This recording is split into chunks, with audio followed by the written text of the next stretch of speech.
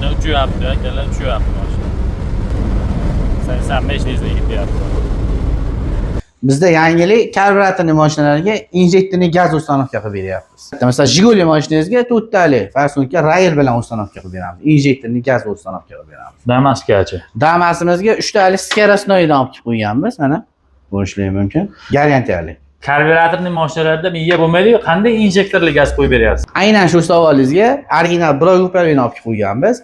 Bunga 1 yil garantiya beriladi.